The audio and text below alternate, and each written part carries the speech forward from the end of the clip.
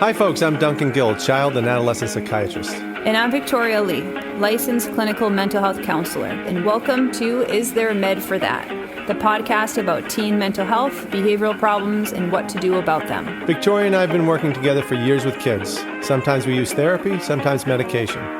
Sometimes we just give guidance to parents. And we realize that sometimes kids just need to be left alone. We don't have all the answers, but we've got some of them. We'll do our best to share what we've learned over the years working with struggling kids and their families. We hope you enjoy the show and that we can be helpful to those who have taken on the hardest, most important job in the world, being a parent.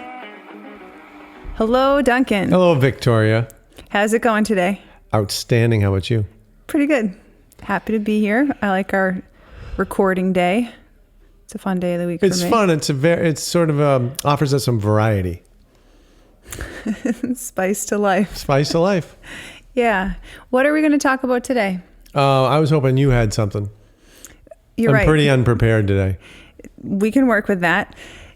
I thought it could be fun. I know we're going to try. Maybe we should mention too that we do want to continue to do the questions from the audience. Right. We are going to invite people to not only call in, but write in as well. And you can be anonymous if you want to direct message us on one of our social media accounts, or if you'd like to email us at isthereamedforthat@gmail.com. Contact at contact at medforthat.com. Okay.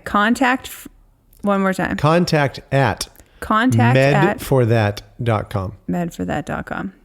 Glad we cleared that up. Great.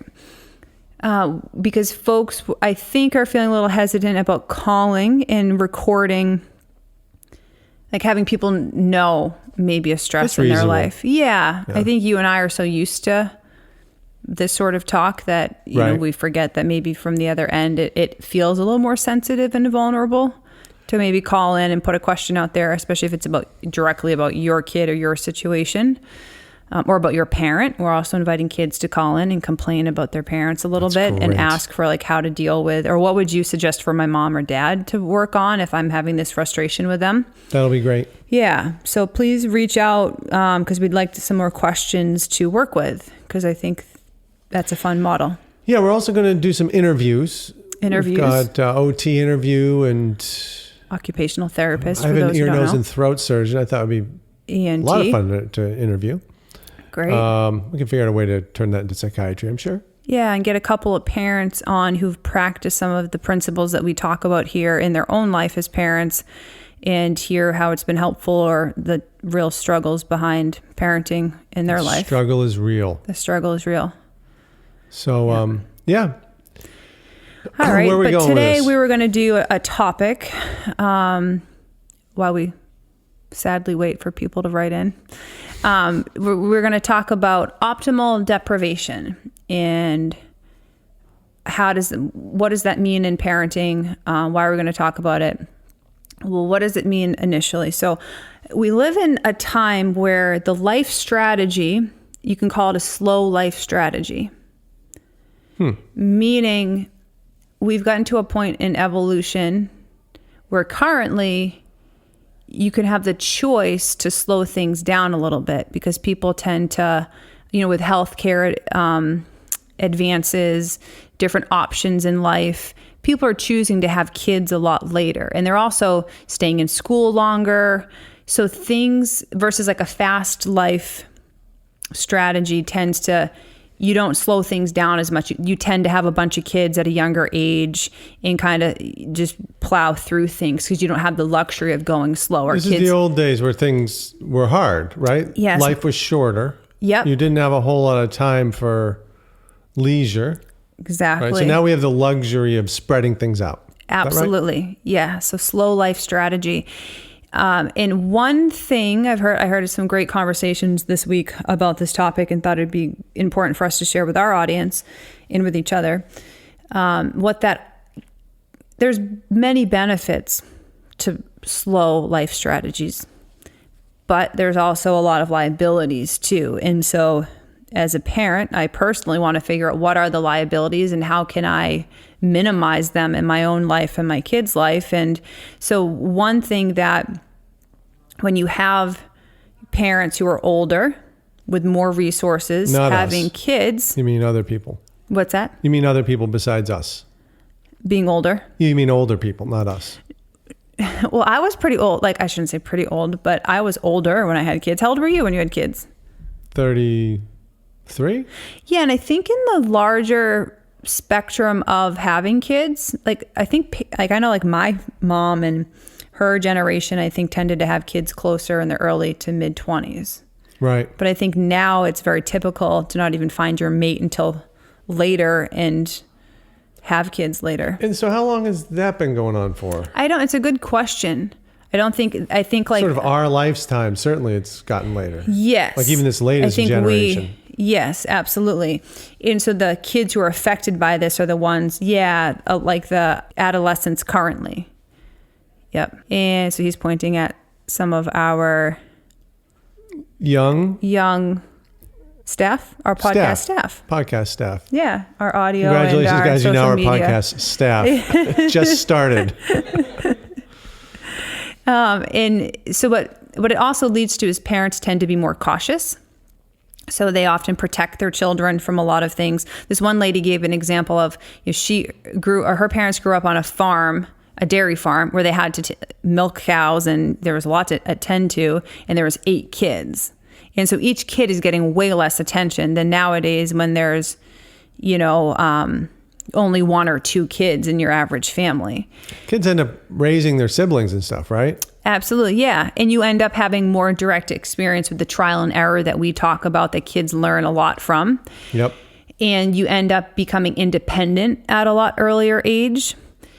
But nowadays that's reversing. Kids are becoming less independent at a young age. They're taking longer to launch. Definitely. And another aspect of having parents who are older with more resources, in general, having kids, is that the kids can be given a lot more stuff. Attention is one of those resources, but also time, items, other resources like educational opportunities. So kids get way more, and I guess humans probably do in general, get a lot more than they ever had in the past. And so one dilemma I think we have to think critically about, which is, it's probably counterintuitive in a lot of ways, but trying to discuss optimum deprivation. So meaning what level of deprivation is actually healthy for development? So if we take the extreme, we have the parent who now is farther along, so they have more money, they have more to offer their kids, and so at the extreme, it's the parent who gives the child everything. You ever see there's a movie from the 80s called The Toy, I think, with Richard Pryor? No. Anyways, it's a kid whose parents are millionaires and just can give the kid everything. Good example. Yeah, and up to, I think I mentioned this, trust funds, right? Yep. So if you make enough as a parent, you theoretically can leave enough for your children that they never have to work. And is that a good thing? Right, and maybe at some point in development it is, right? But I think a lot of the question too about the parenting piece is that as you're in your childhood and young adulthood, how much of just being given things avoids you actually having to learn certain things on your own. I think of Charlie and the Chocolate Factory. What was that girl's name? The kind of annoying one who got... Violet. Anybody, staff? Violet. I bet someone out Can there we knows. have, maybe somebody can Fact research checker. that for us. We're going to have an online... could you please fact check that, please, for us, Ben, right now? What's the fact? Violet, the annoying girl in Charlie and the Chocolate Factory. Who kind of got what she wanted all the time. Yes, I want it now. Yes, yeah. I think it's the extreme... It's an extreme example of Right. someone just being given Entitled. everything, entitled. And so, as a parent, how do we decide what not to just give our kids all the time? How do you manage that? Well, I was just thinking about what we talk about as the goal of optimal parenting, which is for your children to become independent and not need you anymore. So you want to give enough that they survive to adulthood and you facilitate their growth, but you don't want to give so much that they don't develop the skills to survive on their own. Right.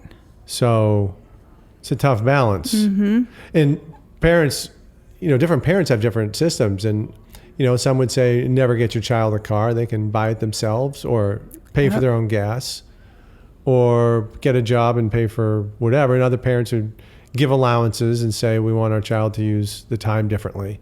Yeah. So that's a big Right. Or some people who don't even give allowances, but just provide for their kids versus giving them the money that they then have to, that's limited and they have to then budget. That's a form of deprivation too, compared to a parent just doing all that. Well, here's what you want and I'll decide for you. I think a big one that comes to mind for me is even just food. I have young kids who like to eat. 3 growing boys, and if you go through your day, like even just driving to work or you driving somewhere with the kids, you go by lots and lots of different places where they want different food, and like how much do you say yes to certain food and no to certain food? I wonder if they make the signs for like McDonald's and Dunkin' Donuts and stuff big for that reason. Yeah, and put them up high so the kids' viewpoint through the window. It just occurred to me. I'm sure there's a lot of that goes into the marketing. They definitely target kids. Thanks for saying yeah. That. Yeah. So in my own experience, I think of food right away. I think of even how much time with me when they're very young. Obviously, like being a mom who I've done a lot of attachment parenting, breastfeeding, and so the babies have been very close to me as they were little. But then as they get older, how much time do you balance them experiencing the larger world versus being in the safety of, not that I want to put them in an unsafe experience, but to go out and figure some things out on their own. So yeah, it occurs to me in our family with the kids growing up, there were a lot of games that we played together. And in one hand, that's a wonderful thing.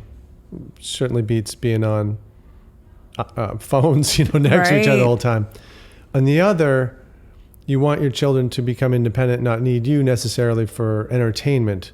So would encourage the kids to play by themselves or together or something like that. So yes, even how much time you spend with a kid is up for debate, I guess. Right. Yeah. I had another thought when you were talking about... you want me to keep talking? Yeah, keep talking. You're doing great. I'm trying to think... Optimal development. Well, how about we jumped, I know we talked about maybe defining what it is, but then say you decide, I believe, and a lot of this is going to be individual. You have to run it through what's going on in your own family with your own child. And sometimes you start to notice an imbalanced behavior in your kiddo. And so I would suggest you look at are there things they aren't getting that they need? But are there things they're getting too much of that they don't need that's actually involved in this imbalance?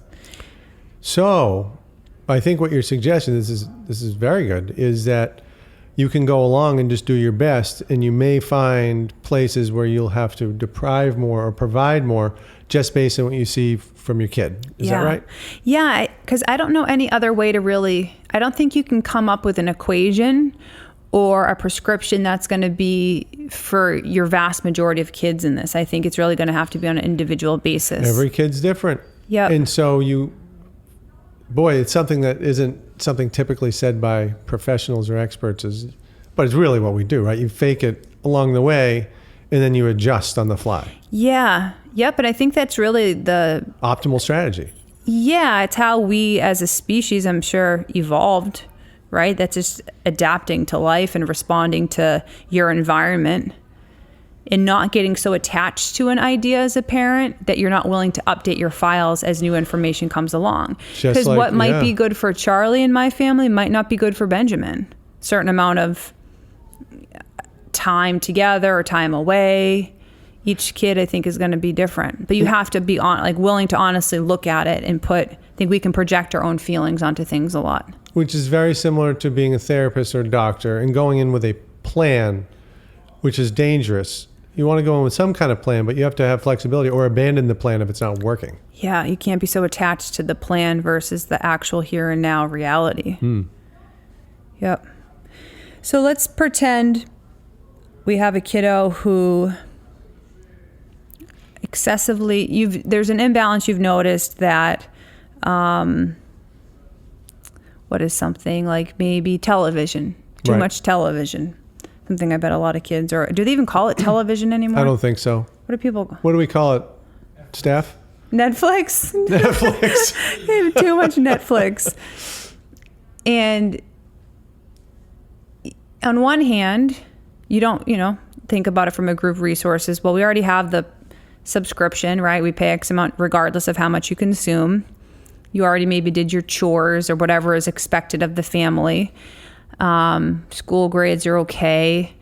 But all of a sudden you notice that, little Johnny's on the screen watching Netflix for hours on end on the weekend. How would you deal with that? Well, I guess what as you were saying, you see an imbalance, and the imbalance is probably he's not doing anything else. Yep. And perhaps health is suffering, maybe putting on some pounds. May not be, it can affect social development, physical development. Mm-hmm. And it's like drugs, right? Withdrawal symptoms. Yes. You turn the TV off and he throws a big explosive tantrum. It's a big red flag. So the way we often deal with it is, as much as possible, is to talk to your child about it, mm-hmm. right? And be transparent and say your concerns at age-appropriate level. But I think we advocate for doing it even with younger kids than people might think you could do it with, right? So even a 6-year-old, you can have a conversation about, I'm concerned this may not be good for you. Yep. And then ultimately you might have to be the one that holds the boundary around you, like, as your parent, I don't feel good about supplying you with an endless amount of Netflix. I think what's healthy, and you can negotiate a little bit with them to some degree, if they're being reasonable. If not, you have to make up your own mind as to what is reasonable. But maybe 1 hour every day, you can watch one show before bed or whatever it might be that you find is reasonable. And then maybe that is too much for some kids. Maybe mm-hmm. they still throw the fit and they're not willing to get off.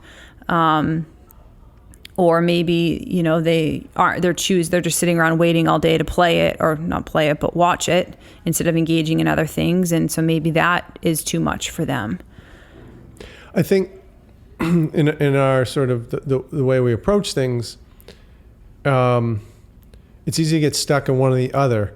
Yep. We try to do both as far as actually communicating and trying to team up and have a discussion with a child to get their input and to have it become ultimately an agreement, right? That's the ideal thing.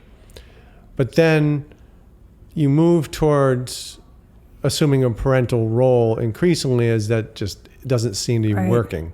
So the more you can agree on, the better. But at some point, the discussion becomes interminable or not productive. And you have to move from a role of negotiating or talking about to just making a decision. Right. Yep. Because hopefully we are the older, wiser part of the equation. And we have a responsibility to make sure our kids are healthy and well and balanced. Yeah, so at some point it's a decree. But you don't want to jump to the decree if you can help it either, because then you lose an opportunity for a kid to learn how to negotiate and participate and consider themselves. Right. So you don't want to jump to that either. No, to just lay the law down right off the bat, right? Sometimes you, again, have to do that. But other times, if you can talk, we always go. Because sometimes kids will really surprise you, too, and be like, yeah, I agree. Or like, yeah, I haven't been feeling so good. I really would like to keep watching this much, but I realize it's not working for me. And I do want, could you help me with it? Give them a chance to surprise you. Yeah. Right? Yep. And then you're modeling how to have healthy relationship with someone too, that's reciprocal and cooperative versus solely hierarchical. And treating a child as if on the older side rather than younger. Yep. Right? Yeah. And that's another interesting, I wonder how that's been impacted by the slow life strategy. I think in some ways one thing, like kids are growing up slower, and part of it, I think some parents actually, you sometimes want to savor your kids' youthfulness, right? You don't necessarily want your kids to grow up. I mean, at certain moments you want them to grow up now. But other times I think you do want to enjoy your kid's childhood, but is that really what's best for them? Right. Versus best for you. Yeah, and letting them. And a big question I had, and I'm going to explore more, and maybe we could do another podcast on it, is how does the slow life strategy of modern Americans, how much does that align with our biology? Right. Right? Because you could very much say, I can see right off the bat that compared to a fast life strategy, there's lots of benefits to slowing it down, savoring certain things, having kids have less accidents and be safer and live longer, possibly, right? Yeah, all really good. But I wonder if there are certain developmental markers that kids are losing critical, like we're not getting in the critical periods, sensitive periods of development because it's delayed. Yeah. If you wait too long, they become adults on the outside. Right. Without having that ability to be an adult on the inside and take care of themselves. Yeah. Yeah. And I think of that, I think that sentence there really... that wasn't a bad one, was it? Oh, it was pretty good. And even just part of the sentence where you said an adult on the outside, right? Like I think teenage years, we see a lot, or adult on the inside, even in a certain way, like biologically, like kids are often ready to biologically have their own kids at 13. Right. Right. And in the middle of adolescence, it's not uncommon for kids to biologically be ready to have kids, but they're not being, and I'm not saying this is a bad thing, but they're not being raised in a way that they're even in touch a lot with that power and potential. And it puts us at odds often with our kids because in some way, biologically, they really should be trying things on their own more, but we're still very much in charge of their life in certain ways because we've slowed down how fast kids are growing up. But that means a longer period to have to navigate relationship with our kids. And so I think communication skills and relationship skills are more important than ever. And at the same time, people are getting worse at them than ever because of social media and technology. Yeah. I think that's pretty indisputable because even the slow growth, I think it's very tempting as you get older to say whatever the newer generation is doing is worse. Right. And my daughter was actually telling me, studying ancient Rome, that they did the same thing. They'd say, this generation. Every generation. It's almost like what you should as an adult a little bit. You become sort of more crystallized and stodgy and inflexible about your own. And so I think for the slow development, was it slow life? Slow life strategy. Slow life strategy versus fast is probably very arguable. I find it hard to argue, no matter how I think about social media being good for relationship development. Oh, totally. Yeah. We're in a sucks, let's face it. The wild west period. Let's call it what it is.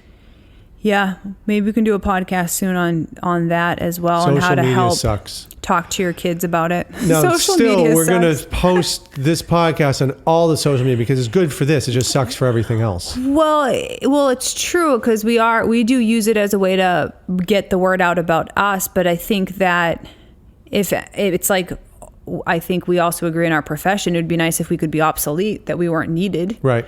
But currently we are, but no, I agree. And maybe they'll ban us for saying that. I don't know, like TikTok and all that. Hopefully we probably could go to court for it or something then. Yep. I heard is it if you swear too much, you can't be on there too or something? We'll see. We'll see.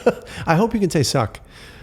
But you know what it does? It sucks for certain things. I don't mean to go off on a tangent, but it sucks for kids learn how to relate to another. That's. Yeah. And I think we're by no means like technology is bad, but there's a lot of things it is bad for in relationships. And I think adolescent development, there's more and more studies coming online right now that's proving that it's very detrimental to kids. I know we got on this, but you could talk about social media being something we should to some degree deprive our children of. 100%. Yeah, not 100% deprive them of it maybe, but because in some ways and this is, I'm glad we actually went there with it because I think this is probably going to be the number one thing as a parent you're going to come up against in terms of really knowing and seeing what's really bad about social media. But then it's almost mandatory presence, or like a mandatory part of socializing as an adolescent now. Yep. It's part of life. Across the board in many ways. And so how do you help your child not be one of the numbers that gets used by social media versus using social media? I like that. Yeah, and I don't have there's no like blueprint yet for that, but maybe we could let's come up with one. Or at least this is one of these things, though. It's the same thing. You go in with a little bit of a plan, and then you modify it when it doesn't work. Right. That's why there's no blueprint for it.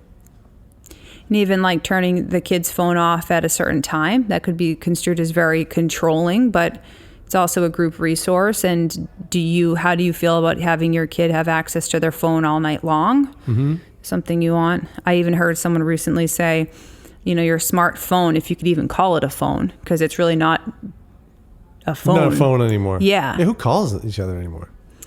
Yeah, it's a good point. People call our number. It's really like a computer. Everyone has a little computer in their pocket versus just a phone. Yeah. Get them. Yeah. There's so the another message resource, is right? get a flip phone for your child. That's what we did. We did till 13 or something. Okay. But then every child's different, right? Mm-hmm. Did your kids have a hard time with being restricted on that? It's actually odd because we did it with my daughter till 13, and she wanted to keep the flip phone. Cool. Which was very cool, but also a little concerning because all of her friends were communicating on texts or whatever. Mm-hmm. And so it almost felt like it wasn't good not to have that ability for her. So right, and that's that dilemma. Yeah. I guess it's the dilemma you want, but at some point, here, take an iPhone. What about iPhones are too expensive. What about your son? How old was he when he got? He's still got a flip phone. Okay. I don't think he cares that much. But they got their laptops. I mean, they're on laptops all the time. That's true. I don't know. Yep. Yeah. What was your plan? No phones until you're 18. You know what? They don't even have phones. I'm living out in the country for that reason. No, I don't know. We're going to take it, I think, kind of like 1 year at a time and assess what is real in the world and what's not real and what's needed and where our kids are at, and trying to maybe provide more heavily in other areas and less in certain areas that we don't agree with. So, if we're not going to supply them with certain things, like certain technologies by a certain age, I want to make sure that they are having other opportunities to really actively engage in communities and connection. But that takes a shit ton of work as a parent. It's way easier to give them the phone and send them to school. Right. Like, and then you can go upon your, work week and everything else that comes along in modern life. Right. And maybe that is that fast life strategy in a certain way, and, let them go figure out the new frontier of social media and trial and error. But that unregulated doesn't sound responsible to me. Right. Given how dangerous it can be in certain ways, emotionally and psychologically and developmentally for kids, especially young females, with all like the body image stuff and pictures and comments. Yeah, we're just talking about the number of kids who we see who are engaging in relationships with guys who are over 18 and predators, really. Predators, yeah. Yep. Yeah, maybe we can talk more about social media and how to navigate that at home. Yeah, we can have 10 episodes. Great. Sounds good. All right. Well, good luck, parents, at limiting what your kids have access to and determining what is optimal to be given. And what did you say? Deprived and... Provided or deprived. Yeah. Maybe one of the parents can come up with a blueprint that works every time and share it with us. Wisdom of the caller. And that's right. Bob, are you out there? We need your blueprint. All right, folks. Have a good afternoon. Thanks. Bye-bye. We hope you've enjoyed this episode of Is There a Med for That? For more information about our podcast and our clinical work, visit our website at medforthat.com. If you've got questions, comments, or topics you'd like us to cover, feel free to email us at contact@medforthat.com. We'd love to answer some of your questions on air. Have a great day.